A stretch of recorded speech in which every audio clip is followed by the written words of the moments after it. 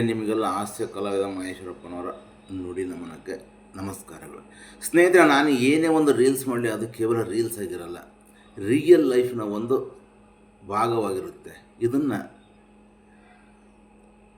ಎಷ್ಟು ಜನಕ್ಕೆ ನೀವು ಶೇರ್ ಮಾಡಲಿಕ್ಕೆ ರಾಯಭಾರಿ ಆಗಿರ್ತೀರೋ ಅಷ್ಟು ಜನಕ್ಕೂ ಒಂದು ಜೀವನದ ಪಾಠ ಕಲಿಸಿದಂಥ ಒಂದು ಪುಣ್ಯದ ಕೆಲಸ ನಿಮಗಾಗಿರುತ್ತೆ.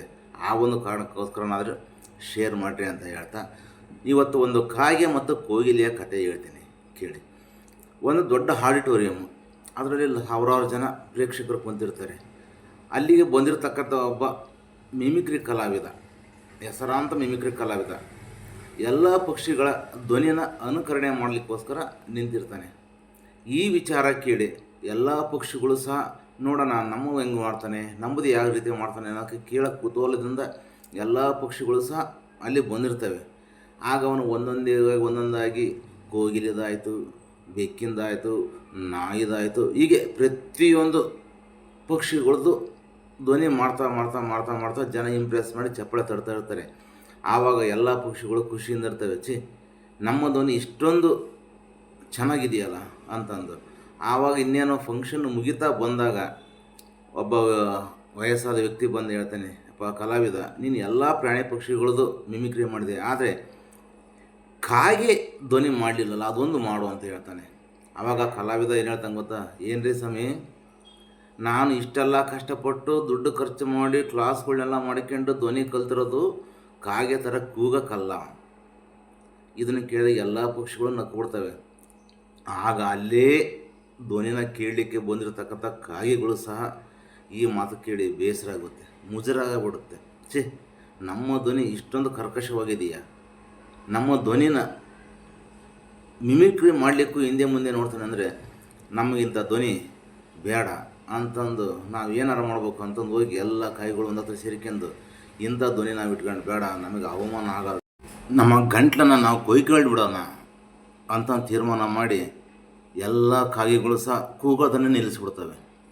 ಆಗ ಈ ಕಾಗೆಗಳ ಹಿರಿಯ ಕಾಗೆ ಕೇಳುತ್ತೆ, ಯಾಕಪ್ಪ ಎಲ್ಲ ಕೂಗೋದನ್ನು ನಿಲ್ಲಿಸಿದಿರಲ್ಲ ಅಂತಂದು. ಇಲ್ಲ ತಾತ, ಇಂಥ ಒಂದು ಫಂಕ್ಷನ್ ನನಗೆ ಇಂಥ ಒಂದು ಅವಮಾನ ಆಗಿದೆ, ನಮ್ಮ ಧ್ವನಿಯಿಂದ ಇಷ್ಟೆಲ್ಲ ಅವಮಾನ ಆಗ್ತಾಯಿದೆ ಅಂದರೆ ನಮಗಿಂತ ಧ್ವನಿ ಬೇಡ, ನಾವು ಕೂತ್ಕೇನೆ ಕೊಯ್ಕೊಂಬಿಡ್ತೀವಿ ಅಂತಂದೆ. ಆ ಹಿರಿಕಾಗೆ ಎಷ್ಟು ಸಮಾಧಾನ ಮಾಡಿದ್ರು ಆ ಕಾಗೆಗಳು ಕೇಳೋ ಮನಸ್ಥಿತಿಗಿರಲಿಲ್ಲ. ಆಗ ಆ ಹಿರಿಕಾಗೆ, ಸ್ವಲ್ಪ ದಿವಸ ನಮ್ಮ ಟೈಮ್ ಕೊಡಿ, ನಾನು ಇದಕ್ಕೆ ಏನಾರು ಒಂದು ವ್ಯವಸ್ಥೆ ಮಾಡ್ತೀನಿ ಅಂತ ಹೇಳಿ ಸೀದಾ ನೇರವಾಗಿ ಶಿವನ ಹತ್ರ ಹೋಗುತ್ತೆ. ಶಿವ, ಯಾಕಪ್ಪ ಬಂದೆ ಅಂತ ಕೇಳ್ತೇನೆ. ಏನಪ್ಪ ನಮ್ಮ ಕಾಗೆಗಳು ಧ್ವನಿ ಈ ಥರ ಒಂದು ಇರೋದ್ರಿಂದ ಎಲ್ಲ ಅವಮಾನ ಆಗಿದ್ದಾವೆ ಅಂತಂದು ಕಾಗೆಗಳು ಕೂಗೋದನ್ನೇ ನಿಲ್ಲಿಸಿದ್ದಾವೆ, ನೀನೇನಾರು ಇದಕ್ಕೊಂದು ಪರಿಹಾರ ಕೊಡು ಅಂತ ಕೇಳಿದಾಗ, ಆಯಿತು ಶಿವ ಹೇಳ್ತಾನೆ, ಒಂದು ದಿವಸ ಎಲ್ಲ ಕಾಗೆಗಳನ್ನ ನನ್ನ ಹತ್ರ ಬರೋಕ್ಕೆ ಹೇಳು ಅಂತಂದು. ಆಗ ಎಲ್ಲ ಕಾಗೆಗಳು ಶಿವನ ಆಸ್ಥಾನಕ್ಕೆ ಬಂದು ಇಟ್ಕೊಂಡು ಹೇಳ್ತಾನೆ. ಆವಾಗ ಶಿವ ಹೇಳ್ತಾನೆ, ನೋಡಪ್ಪ, ನೀವು ಯಾವುದೇ ಕಾರಣಕ್ಕೂ ಯಾವುದೇ ಅನಾಹುತವನ್ನು ಮಾಡಿಕೊಳ್ಳಿಕ್ಕೆ ಹೋಗಬೇಡಿ, ಯಾಕಂದರೆ ನಿಮ್ಮ ಧ್ವನಿಗೆ ಒಂದು ಬೆಲೆ ಇದೆ ಅನ್ನೋದನ್ನು ತೋರಿಸ್ಕೊಡ್ತಕ್ಕಂಥ ಜವಾಬ್ದಾರಿ ನಂದು, ಅಲ್ಲಿವರೆಗೂ ನೀನು ಕಾಯಬೇಕು ಅಂತ ಹೇಳ್ತಾರೆ. ಆಗ ಎಲ್ಲ ಕಾಯಿಗಳು ಹೇಳ್ತವೆ, ಇಲ್ಲ ತಂದೆ, ನೀನು ನಮ್ಮನ್ನು ಸಮಾಧಾನ ಮಾಡೋಕ್ಕೋಸ್ಕರ ಈ ಮಾತು ಹೇಳ್ತಿದ್ದೀಯ ಅಂದಾಗ ಕಾಯಿಗಳು ಹೇಳ್ತೇವೆ, ಆಯಿತು, ಕೆಲವೇ ದಿನ ನನಗೆ ಟೈಮ್ ಕೊಡಿ, ನಿಮ್ಮ ಧ್ವನಿಗೆ ಬೆಲೆ ಸಿಗಲಿಲ್ಲ ಅಂದರೆ ಅವತ್ತು ನೀವು ಕುತ್ತಿಗೆನಾರ ಕೊಯ್ಕೇಳ್ರಿ, ಅವತ್ತೇ ಕೂಗೋದು ಬಿಡ್ರಿ, ಆದರೆ ನಾನು ಆಜ್ಞೆ ಕೊಡೋವರೆಗೂ ಮಾತ್ರ ಯಾವುದೇ ಕಾರಣಕ್ಕೂ ನೀವು ಏನೂ ಮಾಡ್ಕೊಳ್ಬಾರ್ದು, ಅನಾಹುತಕ್ಕೆ ಮಾಡ್ಕೊಳ್ಬಾರ್ದು ಅಂತಂದು ಹೇಳಿದಾಗ ಎಲ್ಲ ಕಾಯಿಗಳು ಒಪ್ಕೊಂತವೆ. ಹೀಗೆ ಕೆಲವು ದಿನ ನಡೆದಾಗ ಒಂದು ದಿವಸ ಆ ಕಲಾವಿದನ ತಂದೆ ಮರಣ ಹೊಂದುತ್ತಾನೆ. ಮರಣ ಹೊಂದಿದಾಗ ಏನಾಗುತ್ತೆ, ಎಲ್ಲರೂ ಹೋಗ್ತಾರೆ, ಮರಣ ಥರದ ಎಲ್ಲನೇ ಪೂಜೆ ಪುನಸ್ಕಾರ ಎಲ್ಲ ಮಾಡಿ ಮಣ್ಣು ಮಾಡ್ತಾರೆ, ಮನೆಗೆ ಬರ್ತಾರೆ, ಮುಗೀತು, ಅಲ್ಲಿಗೆ ಮುಗೀತು. ಇನ್ನು 3ನೇ ದಿನ ಪಿಂಡ ಪ್ರದಾನ ಮಾಡಬೇಕು. ಈ ಪಿಂಡ ಪ್ರದಾನ ಮಾಡಲಿಕ್ಕೆ ಎಲ್ಲ ಸ್ಮಶಾನಕ್ಕೆ ಹೋಗಿರ್ತಾರೆ. ಆ ಟೈಮಲ್ಲಿ ಶಿವ ಎಲ್ಲ ಕಾಯಿಗಳನ್ನ ಕರೀತಾನೆ, ಬನ್ನಿರಪ್ಪ, ನೀವು ನಮ್ಮ ಧ್ವನಿ ಸರಿ ಇಲ್ಲ, ನಾವು ಕುತ್ತಿಗೆ ಕೊಯ್ಕೊಂತೀವಿ ಅಂತ ಮಾಡಿದ್ದೀರಲ್ಲ, ಈಗ ನಿಮಗೆ ಉತ್ತರ ಕೊಡ್ತಕ್ಕಂಥ ಟೈಮ್ ಬಂದಿದೆ, ಅದಕ್ಕೆ ನಾನು ಉತ್ತರ ಕೊಡ್ತೀನಿ, ನಿಮ್ಮ ಬೆಲೆಗೆ ಎಷ್ಟು ಬೆಲೆ ಸಿಗುತ್ತೆ ಅನ್ನೋದು ನೀವೇ ನೋಡಿರಿ, ಆಮೇಲೆ ಮುಂದಿನ ತೀರ್ಮಾನ ನೀವು ಮಾಡಿರಿ ಅಂತ ಹೇಳಿದಾಗ ಕಾಗೆಗಳಿಗೆಲ್ಲ ಆಶ್ಚರ್ಯ ಆಗುತ್ತೆ. ಏನಿದು, ಅವನು ಸತ್ತಿರೋದಕ್ಕೂ ನಮಗೂ ಏನು ಸಂಬಂಧ ಅಂತ ಕೂತ್ಕೊಂಡಾಗ ಎಲ್ಲ ಆಸ್ಥಾನದಲ್ಲಿ ಕೂತ್ಕೊಂಡು ನೋಡ್ತಾ ಇರ್ತವೆ ಭೂಲೋಕದಲ್ಲಿ ಏನು ನಡೀತಾ ಇದೆ ಅಂತಂದು. ಆವಾಗ ಈ ಸ್ವಾಮಿಗಳು ಎಲ್ಲ ಪಿಂಡ ಪ್ರದಾನ ಮಾಡ್ತಾರೆ. ಆವಾಗ ಹೇಳ್ತಾನೆ ಕಲಾವಿದನಿಗೆ, ನೋಡಪ್ಪ, ಈ ಪಿಂಡ ಪ್ರದಾನನ ಕಾಯಿಗಳಿಗೆ ಹಾಕು ಅಂತ ಹೇಳ್ತಾನೆ. ಆಯಿತು ಸ್ವಾಮಿ ಅಂತಂದು ಆ ಕಲಾವಿದ ಆ ಕಾಗೆ ಪಿಂಡನ ತಗೊಂಡೋಗಿ ಪಿಂಡ ಹಾಕಕ್ಕೆ ನೋಡ್ತಾನೆ, ಕಾಯಿಗಳಿಗೆ ಪಿಂಡ ಪ್ರದಾನ ಮಾಡಲಿಕ್ಕೆ ಯಾವ ಕಾಯಿನೂ ಬಂದಿರೋದಿಲ್ಲ ಅಲ್ಲಿ. ಆವಾಗ ಹೇಳ್ತಾನೆ, ಸ್ವಾಮಿ ಇಲ್ಲಿ ಯಾವುದೇ ಒಂದು ಕಾಯಿನೂ ಇಲ್ಲ ಅಂತಂದು ಹೇಳ್ತಾನೆ. ಆವಾಗ ಹೇಳ್ತಾನೆ, ಇಲ್ಲಪ್ಪ, ನೀನು ಯಾವುದಾದ್ರೂ ಒಂದು ಕಾಗೆ ತಿನ್ನಲೇಬೇಕು, ಇಲ್ಲದ್ರೆ ನಿಮ್ಮ ತಂದೆ ಆತ್ಮಕ್ಕೆ ಶಾಂತಿ ಸಿಗೋದಿಲ್ಲ. ಏನು ಮಾಡೋದು ಸ್ವಾಮಿ? ಏನಿಲ್ಲ, ನೀನು ಕಾಗೆನ ಖಾ ಖಾ ಖಾ ಅಂತ ಕರಿ, ಬಂದೇ ಬರ್ತವೆ ಅಂತ ಹೇಳ್ತಾನೆ. ಆವಾಗ ಕಲಾವಿದನು ಹೇಳ್ತಾನೆ, ಏನು ಅವತ್ತು ನಾನು ಕಾಗೆ ಧ್ವನಿ ಮಾಡಲ್ಲ ಅಂತ ಹೇಳಿದಕ್ಕೆ ಇವತ್ತು ನನ್ನ ಮೇಲೆ ಸೇಟ್ ತೀರ್ಸ್ಕೊಂಡು ನೋಡ್ತಾ ಇದ್ದೀರಿ ಸ್ವಾಮಿಗಳು ನೀವು ಅಂತಂದು ಹೇಳಿದಾಗ, ಇಲ್ಲಪ್ಪ ನೀನು ಕಾಗೆ ಧ್ವನಿ ಮಾಡಲೇಬೇಕು, ಅವತ್ತೇ ಅವು ಕಾಗೆ ಬರ್ತವೆ ಅಂತ ಹೇಳಿದಾಗ ಅಲ್ಲಿ ಇದನ್ನೆಲ್ಲ ನೋಡ್ತಕ್ಕಂಥಬೇಕು ಶಿವ ಹೇಳ್ತಾನೆ.